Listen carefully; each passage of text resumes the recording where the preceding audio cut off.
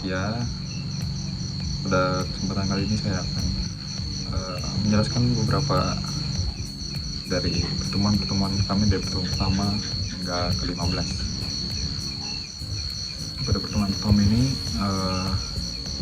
memiliki judul yaitu pengenalan dan pengantar hukum dan etika profesi teknik informatika.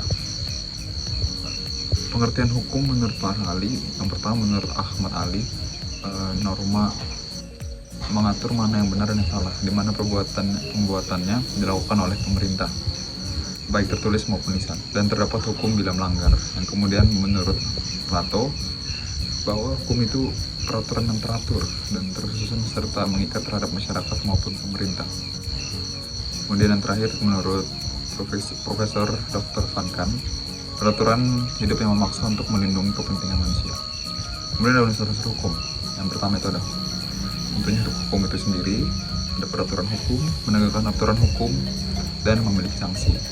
Sedangkan tujuan hukum yang pertama adalah sifat dari tujuan hukum ini universal, seperti ketertiban, ketentraman, kedamaian, kesejahteraan, dan kebahagiaan dalam tata kehidupan bermasyarakat. Setiap perkara dapat diselesaikan melalui proses pengadilan berdasarkan ketentuan hukum yang berlaku. Yang ketiga, mencegah orang untuk tidak menjadi hukum atas dirinya sendiri. Kemudian kita masuk ke dalam pengertian etika. Etika diartikan sebagai kebiasaan atau adat istiadat yang dimana suatu kebiasaan itu dapat diturunkan melalui agama dan kebudayaan. Etika ditinjau dari segi filsafat. Ilmu yang menyelidiki mana yang baik dan buruk sebagai pedoman sikap dan tingkah laku manusia. Kemudian tujuan etika itu yang pertama mempelajari perilaku, yang kedua menilai praktik manusiawi, dan memberikan pandangan. Kita masuk ke pengertian profesi. Profesi ini adalah suatu moral community yang memiliki cita-cita dan nilai bersama. Etika profesi dengan etika profesi merupakan kode etik yang diberlakukan untuk profesi tertentu secara profesional dalam suatu organisasi. Kemudian dalam etika itu juga ada etika pengambilan keputusan. Yang pertama itu ada kumpulkan fakta, identifikasi stakeholder dan posisi mereka, pertimbangkan konsekuensi dari keputusan, dan pertimbangkan berbagai prinsip dan pedoman. Kemudian yang kelima ada kembangkan dan evaluasi pilihan-pilihan. Yang keenam, tinjau sebuah keputusan, dan yang terakhir itu adalah evaluasi dari hasil keputusan. Itulah etika dalam pengambilan keputusan. Kemudian yang terakhir dalam pertemuan pertama ini yaitu etika dalam teknologi informasi. Hal-hal yang harus diperhatikan dalam beretika penggunaan teknologi informasi seperti yang pertama, pemantuan akses email dan internet, pelanggaran hak cipta dalam jaringan, email tidak jelas yang mengganggu, hacker dan pencurian identitas, plagiarisme, dan terakhir cookies dan spyware.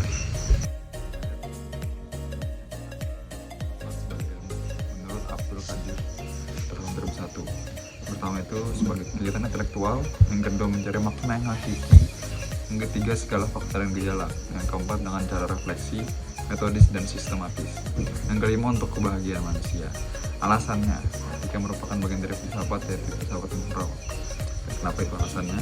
Yang pertama itu dia mempelajari perbuatan, menjadi studi tentang kehendak manusia dalam mengambil keputusan, kemudian studi tentang pengembangan nilai moral, dan yang terakhir studi tentang nilai-nilai manusiawi. Ada juga hubungan antara etika, moral, dan hukum. Jadi etika, moral, dan hukum ini ada hubungannya. Secara etimologis, kata moral sama dengan etika, yaitu nilai-nilai dan norma-norma yang menjadi pegangan. Ada 6 tahap perkembangan moral yang mendekat hubungannya dengan etika. Yang pertama itu orientasi pada hukuman, ganjaran, kekuatan fisik dan material. Yang kedua hedonistis, hubungan antar manusia. Yang ketiga konformitas. Yang keempat pada otoritas. Yang kelima kontrak sosial, dan yang keenam moralitas mirip prinsip suara hati, individual, komprehensif, dan universal.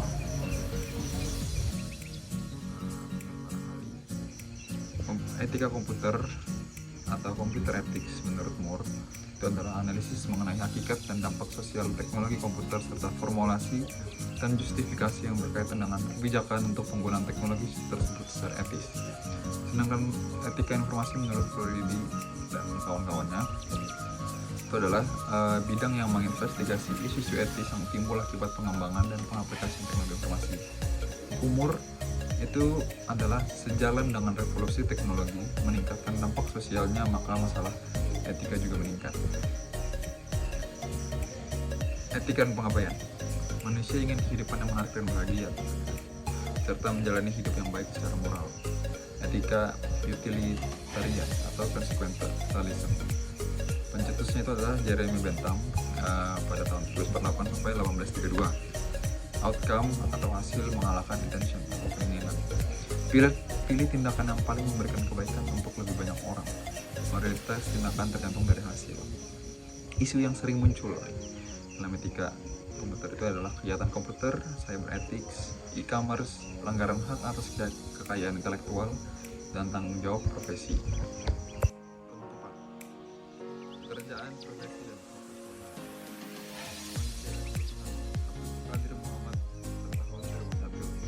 dia mengklasifikasikan kebutuhan manusia, yaitu ada kebutuhan ekonomi, kebutuhan psikis, kebutuhan biologis, dan kebutuhan pekerjaan.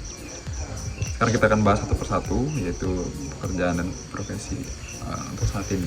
Karena pertemuan keempat ini membahas pekerjaan, profesi, dan profesional. Pekerjaan, apa itu pekerjaan? Yaitu adalah hal yang dilakukan untuk pemenuhan kebutuhan hidup manusia.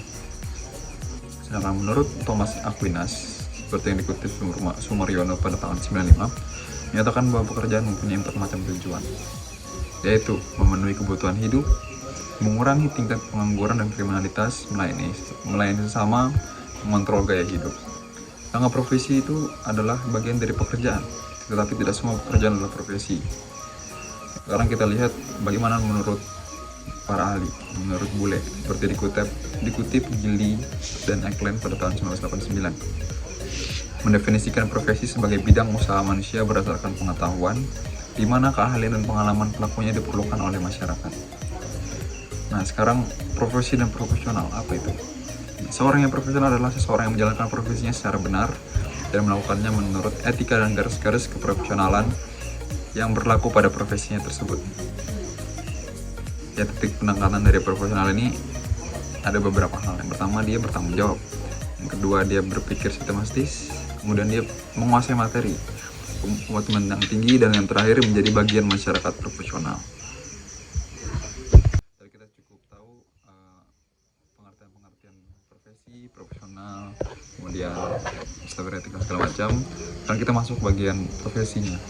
Jadi profesi di bidang TI ini ada beberapa macam. Yang pertama ada software, di mana software itu ada sistem analisis, programmer, web designer, web programmer. Kemudian kalau misalkan di hardware itu dia ada technical engineer dan networking engineer. Sedangkan bidang operasional sistem informasi, kalau di sistem informasi ada EDP operator, ada sistem administrator, ada MIS atau Management Information System Director. Dan yang terakhir itu ada pengembang bisnis teknologi informasi. Jadi ada berbagai sektor di industri teknologi informasi. Kemudian kita masuk ke peranata komputer. Apa sih itu peranata komputer? Itu adalah pegawai negeri sipil. Dia bekerja di bidang teknologi informasi. Yaitu dia disebut biasanya peranata komputer itu.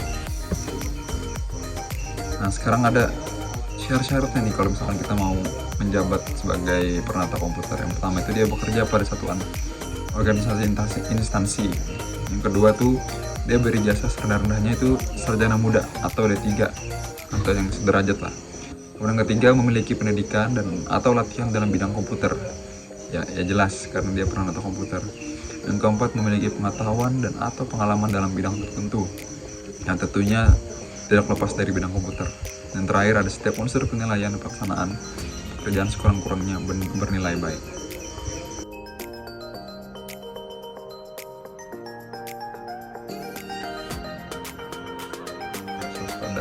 Apa saja sih kasus kejahatan di dalam komputer ini, dalam internet ini? Ya itu adalah cybercrime, dimana ini adalah suatu kejahatan yang melawan hukum menggunakan internet. Ada karakteristik yang dalam cybercrime ini. Pertama itu dia ruangan kejahatan, tentunya dia sifatnya jahat. Ada pelaku kejahatannya, modus kejahatannya pun juga ada. Jenis kerugian yang ditimbulkan pasti tentunya banyak. Jenis-jenis cybercrime kita harus tahu. Yang pertama itu ada unauthorized access. di mana dia memasuki atau menyusup ke dalam suatu sistem jaringan komputer secara tidak sah tanpa izin. Kemudian yang kedua ada illegal contents. Illegal contents ini dia memasukkan data atau informasi ke internet yang tidak baik, tidak etis, dan dianggap melanggar hukum ya, contohnya seperti pornografi. Ketiga itu ada penyebaran virus secara sengaja. Tentunya kita sering mendapatkannya di website-website yang ilegal, yang tidak aman. Itu biasanya kita dapat virus. Kemudian data forgery. Itu adalah dia memasukkan data pada dokumen-dokumen penting yang ada di internet.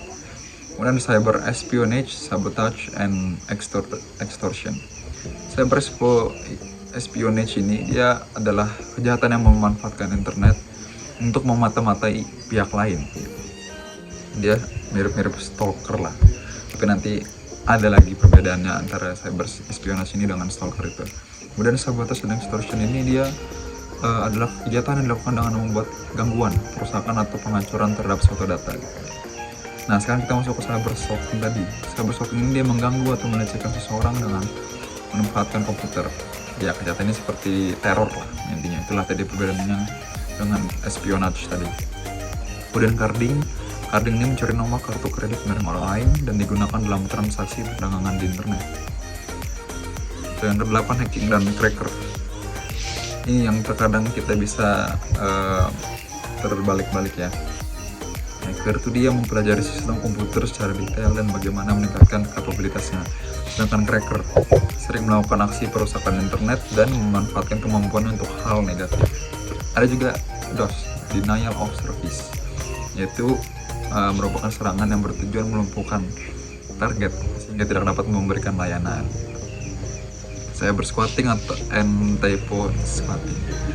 Cyber squatting ini dia mendaftarkan nama domain perusahaan orang lain dan dia itu berusaha menjualnya kepada perusahaan tersebut gitu, dengan harga yang lebih mahal. Sedangkan typo squatting ini dia membuat domain yang plesetan. Jadi ada nama domainnya mirip-mirip lah dengan nama domain yang asli gitu. Dan tujuannya itu untuk bersaing dengan perusahaan yang asli ini. Dan terakhir, cyber terrorism. Suatu tindak kejahatan yang mengancam pemerintah atau warga negara.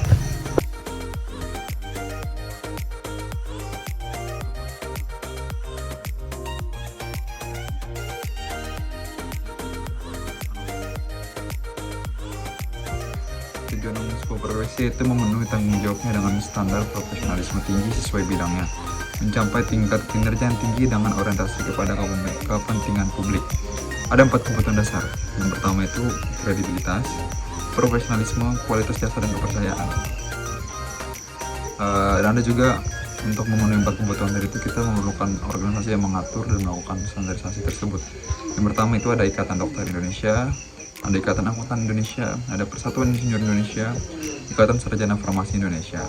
Dan tugas pokok organisasi profesi ini ada 4 fungsi pokok dalam rangka pendidikan profesionalnya.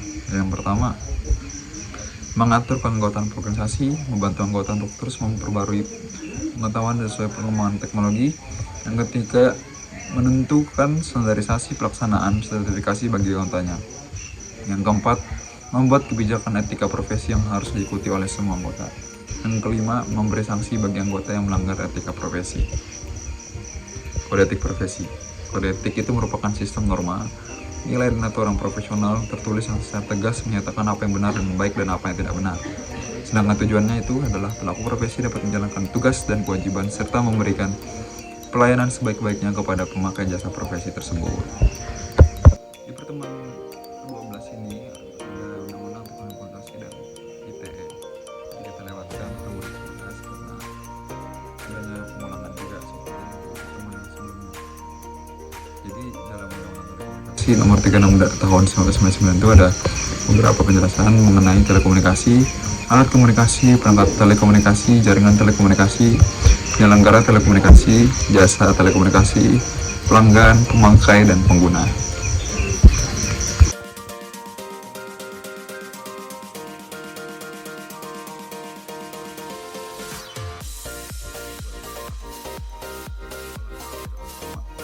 Manusia yang menghasilkan suatu produk atau proses yang berguna untuk manusia lain. Kemudian kita masuk ke hak cipta.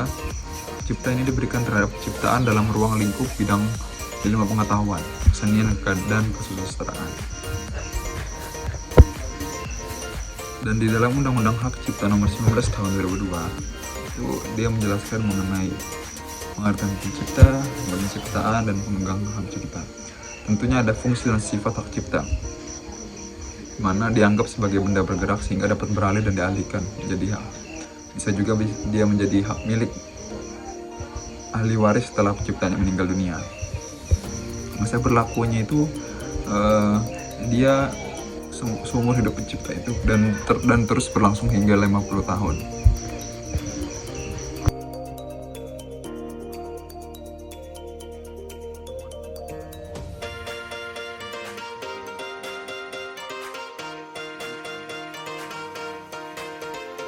Alasan kita untuk memulai usaha.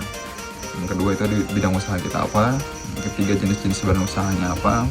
Kemudian jenis-jenis usahanya juga apa. Yang kelima versus pendirian badan usaha, faktor penyebab kegagalan usaha.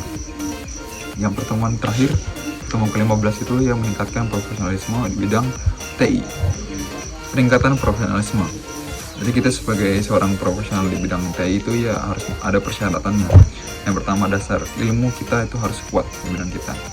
Kemudian penguatan kiat-kiat profesi yang dilakukan berdasarkan riset dan praktis, bukan konsep atau teori belaka. Ketiga, pengembangan kemampuan profesional berkesinambungan. Faktor penyebab rendahnya profesional itu, yang pertama, masih banyak pekerja di bidang TI yang tidak menekuni profesinya secara total. Kemudian kedua, belum adanya konsep yang jelas dan terdefinisi tentang norma dan etika profesi pekerja di bidang TI. Kemudian yang terakhir itu, ini masih mungkin masih belum ada organisasi profesional yang menangani para profesional di bidang TI.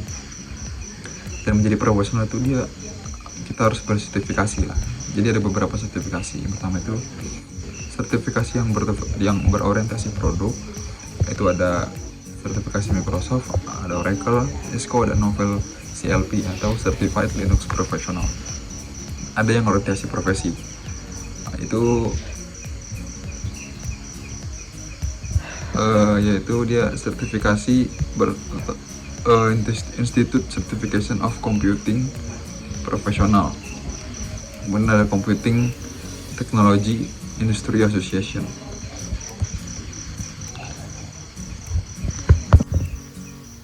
Sekian penjelasan yang dapat sampaikan. Kiranya banyak sekali kesalahan yang saya ucapkan, mohon dimaafkan. Saya Iskandar Panjaitan. Terima kasih.